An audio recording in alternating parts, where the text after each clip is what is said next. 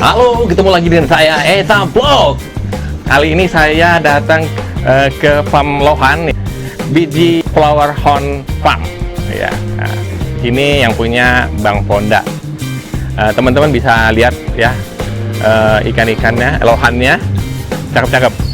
Jadi bisa juga datang ke sini langsung kalau berminat untuk ikannya. Kalau teman-teman minat dengan ikan-ikan, silahkan datang sini. Ayo kita lihat ikannya.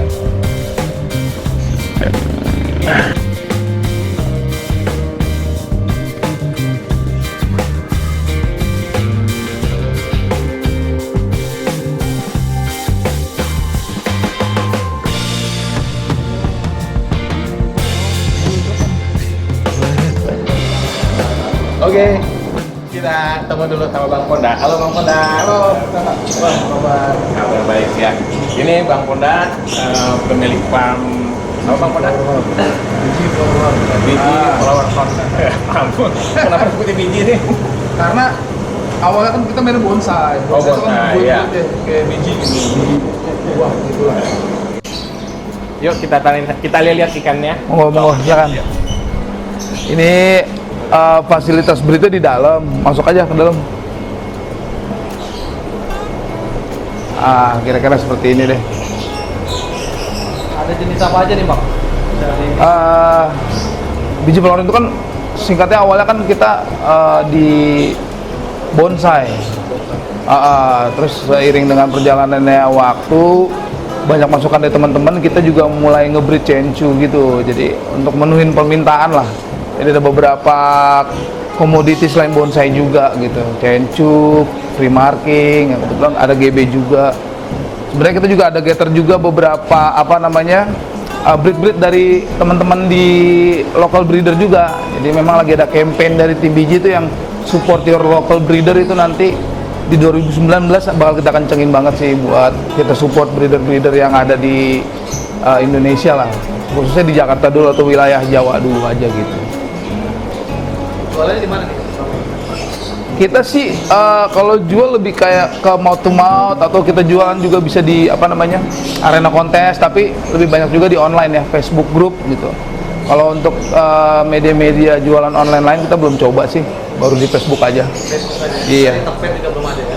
Belum sih, kita punya akunnya tapi nggak aktif sih, baru mau jalan lah. Kita udah ada rekrut beberapa manpower buat marketingnya. Ke depan nanti bisa kita aktifin. Kalau di Facebooknya apa nama ID-nya Bang? Kita biji flower horn, BIDJIE flower horn. Ya, kita juga punya fanpage juga dengan nama yang sama. Itu linknya sama kok, ke Facebooknya sama. Luar daerah bisa kirim-kirim? Kita udah pernah kirim ke Kazakhstan sekali, ke Rusia sekali, sama ke Malaysia. Ya, iya, tapi itu udah lama sih ya. Jadi sekarang memang permintaan di domestik dulu lagi banyak banget. Jadi memang kita menuhin permintaan di domestik dulu. Kalau depannya akan di ini lagi sih untuk luar sih. Selama ini pasar domestik paling banyak jenis apa Bang? Dari luar? Bonsai. Karena waktu itu pada saat kita gencar-gencarnya pasar luar itu kita lagi fokus sama bonsai doang. Ini kan di 2018 akhir lah kita baru mulai main-main cencu, main-main GB yang lain-lainnya selain bonsai gitu. Nanti bisa lihat lah stok-stok yang ada di sini gitu. Udah ada yang pernah juara? Juara ada beberapa sih, dari breed sendiri, ada juga dari, kalau yang cencu-cencu ini masih ikan-ikan orang sih. Ada beberapa. Belum boleh lihat nggak yang pernah juara? Kebetulan gini, kalau di biji flower itu ikan juara itu biasanya nggak lama sih. Nggak lama ya? Jadi bisa sold gitu. Abis juara bisa sold gitu. Tapi ada beberapa yang masih ada kita keep jadi biangan gitu. Boleh dilihat? Boleh, monggo. Kalau misalnya untuk ikan-ikan yang bisa dikategorikan ikan kontes itu seperti apa Bang? Nah, kontes itu kan ada Aplikasinya gitu. ini yang ini dulu ya, yang bekas yang juara loh, yang juara kemarin. Oh, itu juara ya? Itu cencu ya? Ini bonsai. Bonsai.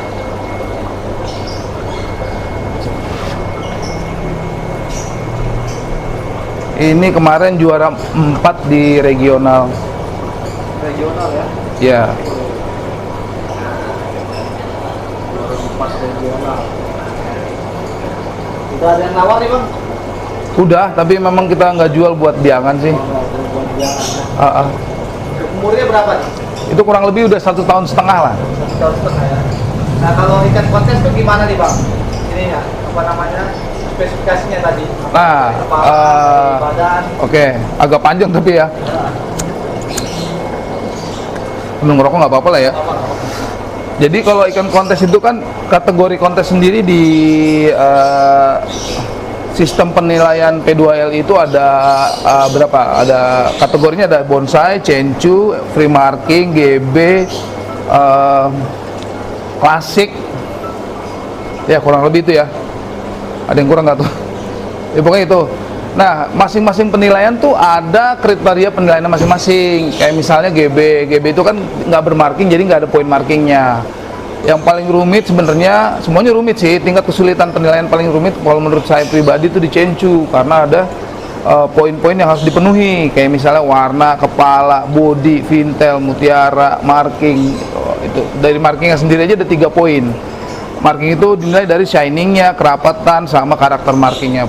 Banyak lah penilaian itu. Nah, kebetulan kalau saya kemarin main di bonsai, kriteria penilaiannya juga lumayan rumit karena di bonsai itu untuk penilaian body sendiri 40%, poin paling besar. Jadi untuk cari bahan kontes itu harus bener-bener yang kira-kira kedepannya bakalan wah gitu, kira-kira bakalan mudah untuk di apa namanya, di progres supaya bisa jadi juara, kurang lebih kayak gitu. Biasanya saya segini udah mulai kita sortir nih buat kontes nantinya, buat bahan kontes gitu. Oh ini udah umur berapa nih kalau begini? Ini baru sekitar 4-5 bulanan lah. 4-5 bulan ya? Ya 4-5 bulan ini kriteria bonsainya. Ini berapa kalau misalnya jual, kira-kira berapa nih bang? Kisaran bonsai bahan kita jual di harga 4-5 juta. 4-5 juta? Iya. Wah. Untuk bahan kontes ya. Bahan kontes? Bahan kontesnya sekitar. Kalau yang nggak bahan kontes? Kalau nggak bahan kontes, kita punya beberapa kategori ABC. A itu mungkin bisa di harga 800.000 sampai 1 jutaan. Kalau yang B itu bisa di bawah 500. Nah, yang C itu 300-an ke bawah lah.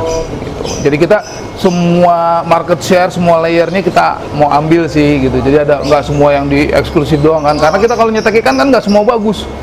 Paling persentase bagusnya cuma di angka 10 sampai 20%. Hampir semua begitu ya? Hampir semua seperti itu gitu. Tergantung dari pakan yang dikasih, kriteria ikannya, infrastruktur kita, itu banyak hal lah buat menyokong gimana caranya kita dapat ikan-ikan kualitas ya. Nah, kalau untuk kontes paling susah gimana bang? Untuk mempersiapkan ikan kontes itu tantangannya seperti apa? Sulit, pasti sulit karena gini. Kadang kita udah punya ikan siap, ready, kita udah jos, ikan udah perform, udah maksimal, nanti di hari H dia sakit, di hari H dia drop, di hari H dia nggak perform. Nah itu banyak hal lah. Tapi ketika kita bawa misalnya sakit juga ya, ada faktor hokinya juga.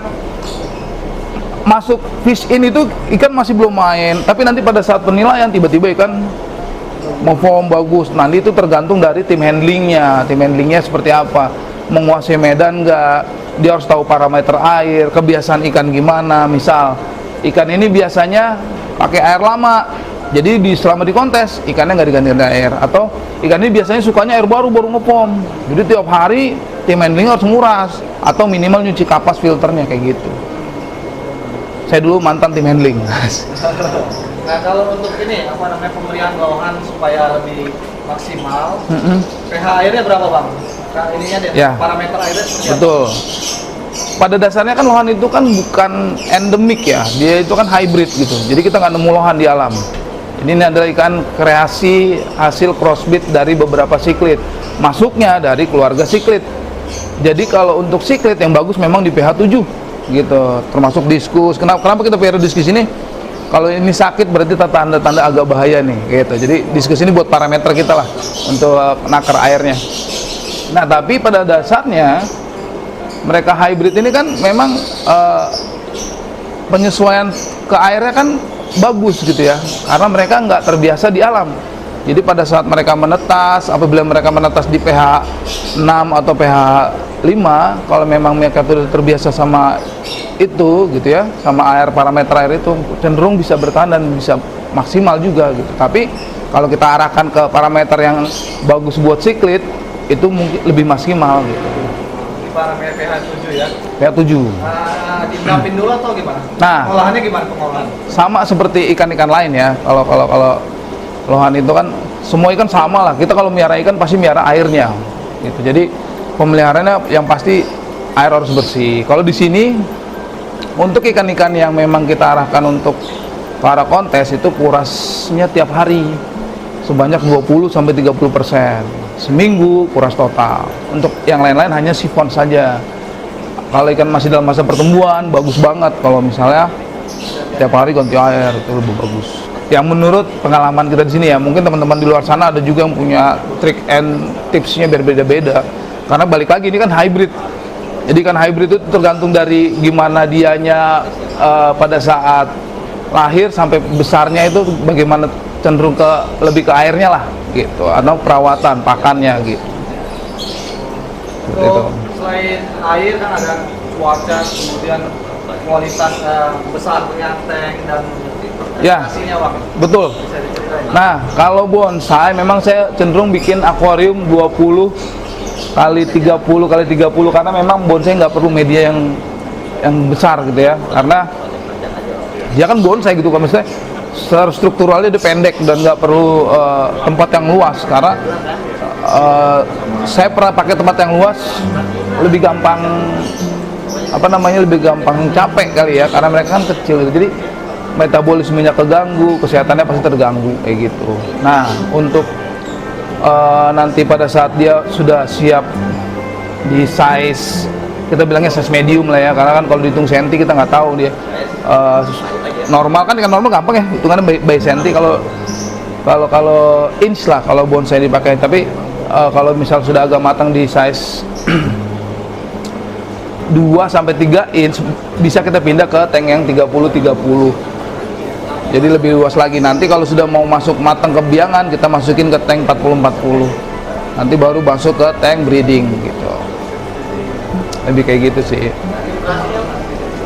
Filtrasi gini. Sebenarnya yang bagus itu memang filtrasi adalah overhead ya, yang disaring kapas dan semacam. Cuman karena kita farm kecil, jadi kita pakai aerator dengan corner filter aja. Selain mengirit listrik, supaya asupan oksigennya juga banyak gitu, karena siklit kan perlu oksigen lebih banyak lah, seperti itu. Profil ini di sini Ya. dari tahun berapa nih biji Powerhome? Biji Powerhome itu berdiri di tahun 2008 ya kalau nggak salah ya, gue takutnya informasi beda lagi. Yang waktu itu ada sih di Vince bisa di cross check juga di Vince Lohan itu. 2008 kita seriusinnya di 2008 bangun farm itu dari bawah. Kita join ke Soul Motion di tahun 2018 awal di Desember 2017 sampai sekarang ini. Nah, ini baru jadi farm yang sekarang. Ini baru settle sekitar 1 tahunan lah kurang lebihnya gitu. Dari 2008 itu panjang juga Bang ya. Lumayan. Lohan udah pernah ini dong. Lumayan lah. Yang terakhir ya. Mengalami naik turunnya udah 2 kali ya. Sekarang nih Lohan nih di 2018 ini lagi secara grafikal lagi naik lagi. Kita lihat dari pertumbuhan digital aset kayak Facebook Group, di Instagram juga udah mulai banyak hashtag yang ada Lohannya gitu. Terus kontes-kontes di daerah juga mulai aktif, udah mulai menggeliat lah di daerah-daerah, terutama di daerah Jawa, Medan, Kalimantan itu udah mulai ramai. Jadi ini belum klimaksnya sih, tapi memang grafiknya masih naik sih untuk tren Lohan sekarang masih naik. Kenapa itu Bang? Ada kenaikan penurunan gitu? Sebenarnya parameter utamanya sih sebenarnya adalah kontes ya. Jadi semakin banyak kontes, semakin banyak tahu ya. Oh ini juga di 2018 ini exposure dari media lumayan banyak gitu, di Net TV, TV daerah, liputan-liputan tentang Lohan tuh udah mulai jadi komoditi exposure mereka. Nah, jadi ke masyarakat juga udah mulai tersampaikan informasi tentang Lohan, tentang hobi Lohan ini. Jadi memang secara grafiknya di 2018 ini meningkatnya lumayan drastis, tapi masih belum klimaksnya lah. Mungkin di 2019 atau di 2020 nanti gitu. Karena masih panjang perjalanannya.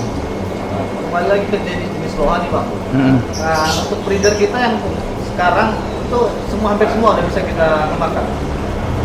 Untuk semua, kalau bisanya sih bisa, semua bisa. Jadi semua jenis bisa.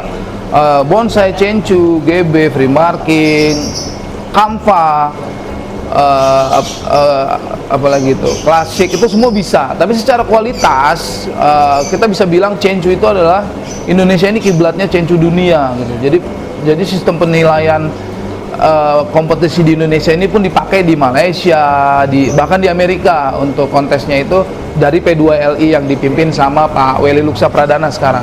Jadi memang untuk kualitas Chenchu. Balik lagi, kalau untuk bisa semua bisa di-breed, tapi secara kualitas mungkin untuk Kampa kita masih agak ketinggalan dari saudara kita di Thailand, karena mereka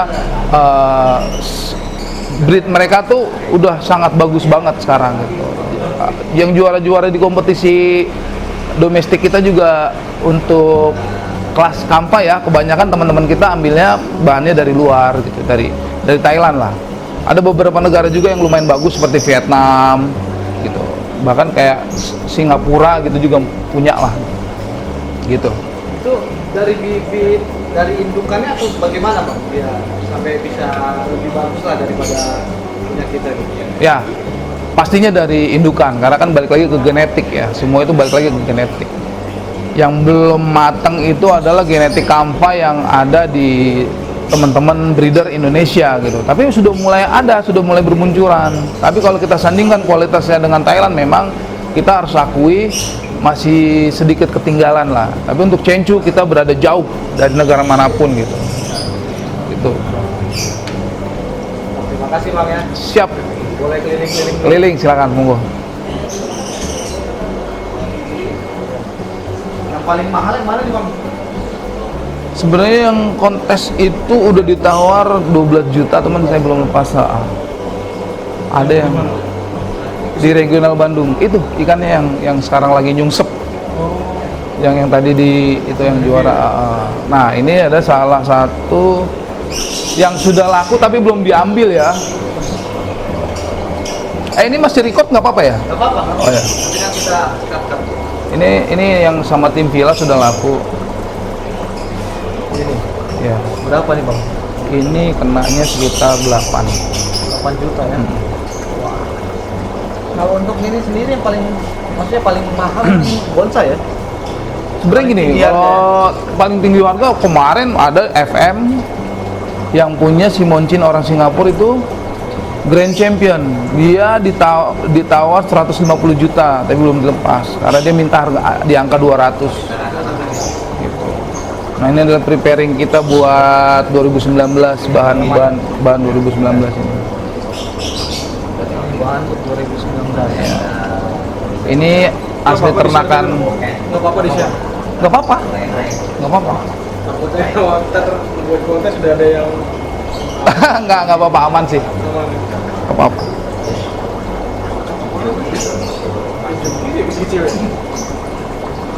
Oh, ini Pak. Dikit lagi deh. Untuk apa namanya? Betul. Warna, genom, ketebalan body. Ya. Nah, maksimal pakannya seperti apa? Nah, kita ini bicaranya tentang progres ikan ya. Jadi masing-masing fighter itu pemain kontes lah. Kalau di luar istilahnya fighter. Itu punya tips and tricksnya masing-masing gitu. Jadi kalau di saya sendiri untuk bonsai cenderung kita nggak progres sebelum kontes. Jadi progres bonsai itu di H-14. Jadi 2 minggu sebelum kontes baru kita mulai progres. Di hari lainnya kita paling cuman kasih makan, kuras, jaga air segala macam gitu. Nah, untuk warnanya kita pasti pakai suplemen. Ada suplemennya kita racik sendiri baru kita kasih ke dia. Sama kita juga ada terapi preknil, kita suntik supaya kepalanya bisa boom. Tapi kalau untuk bonsai cenderung ada yang bisa disuntik, ada yang nggak perlu disuntik gitu. Maksudnya seperti dia kan ini kan udah alami gede ya, jadi nanti dia nggak perlu lagi kita kasih terapi suntik karena dia udah secara strukturalnya udah bagus. Kalau kita paksakan lagi takutnya oversize, berenangnya udah nggak normal kayak gitu. Kalau disuntik itu udah kawan bisa turun nggak? Jadi efeknya ke tiap ikan berbeda-beda, ada yang permanen, ada yang temporary juga gitu. Jadi ada ikan yang kita suntik, kepalanya besar, warnanya pekat, mutiaranya bisa langsung shining, dan itu permanen. Ikannya lanjut terus dengan perform seperti itu. Ada juga yang memang hanya terbatas, misalnya setelah disuntik dia akan efeknya bereaksi selama 8 jam, bisa sampai 2 minggu, di minggu berikutnya dia sudah turun lagi atau drop lagi kayak gitu. Kalau untuk penyakit-penyakit pada lohan Bang, yang paling umum itu apa aja ya? Penyakit pada lohan paling umum gini, yang paling sering diserang Musim panjang ya, apa pergantian musim itu tuh white spot pasti white spot. Terus kalau memang nggak ada penanganan baik dia bisa jadi kayak velvet gitu ya. Yang paling nyusahin tuh ya kalau penyakit kayak gitu tuh menular. Jadi kita harus benar-benar siapin satu infrastruktur kecil lah ya buat karantina supaya dia pada saat dia sakit kita harus buru-buru pindahin supaya nggak menyebar ke yang lain gitu. Nah, pengobatannya bagaimana? Pengobatannya gampang sih ya. Kita ada beberapa obat yang bisa kita pakai. Jadi memang kalau di farm itu atau di breeder itu memang sedia obat. Mau obat-obatnya seperti obat. Boleh. Di sini kan kita. Nah kalau untuk white spot kita bisa pakai ini nih. Ini apa sih namanya? Atriflavin, tapi kita pakai yang bubuk namanya extract ya. Ini yang lalu ini ada juga kita pakai SHGDEX, ini buat penyakit internal. Biasanya memang kalau apa namanya kalau lagi pergantian musim dia suka lalu kita Bisa jadi internal ya Bang? bisa kalau udah agak sembuh kita kasih mineral kayak aktif. Ini dari Thailand, kita ada teman kita yang jual. Gampang ya sekarang obat-obatan sih. Kalau ini harganya berapa nih Bang di pasaran? Endorse. Oh endorse. Ada juga 50 ribuan, bisa juga buat bisnis dulu. Ya bisa buat bisnis juga. Nah ini buat pengobatan internal. Kalau misalnya ikannya barefoot, merah putih atau kembung, nah ini ampuh banget buat iya benar dia ozin. Nah ini Berapa? harga ini berapa kira-kira?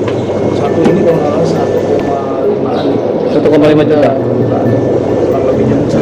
Isinya ada sekitar berapa? Sekitar 200 tablet. 200 tablet. Nah ini Melavix, tapi yang rintek. Ini untuk ampuh juga buat white spot, velvet, ya. Jadi pakaiannya cair, jadi dimasukin ke akuariumnya. Nah, yang di farm biji itu sebenarnya kita selalu stok banyak tuh Metro Cipro, Metro Dinasol sama Ciprofloxamin ini banyak dijual di apotek. Sebenarnya obat antibiotik buat manusia ya. Nah ini dipakai buat cuci perut secara rutin, jadi memang setiap 3 bulan sekali ikan-ikan di farm biji ini dicuci perut supaya maksimal. Kalau di progres maksimal.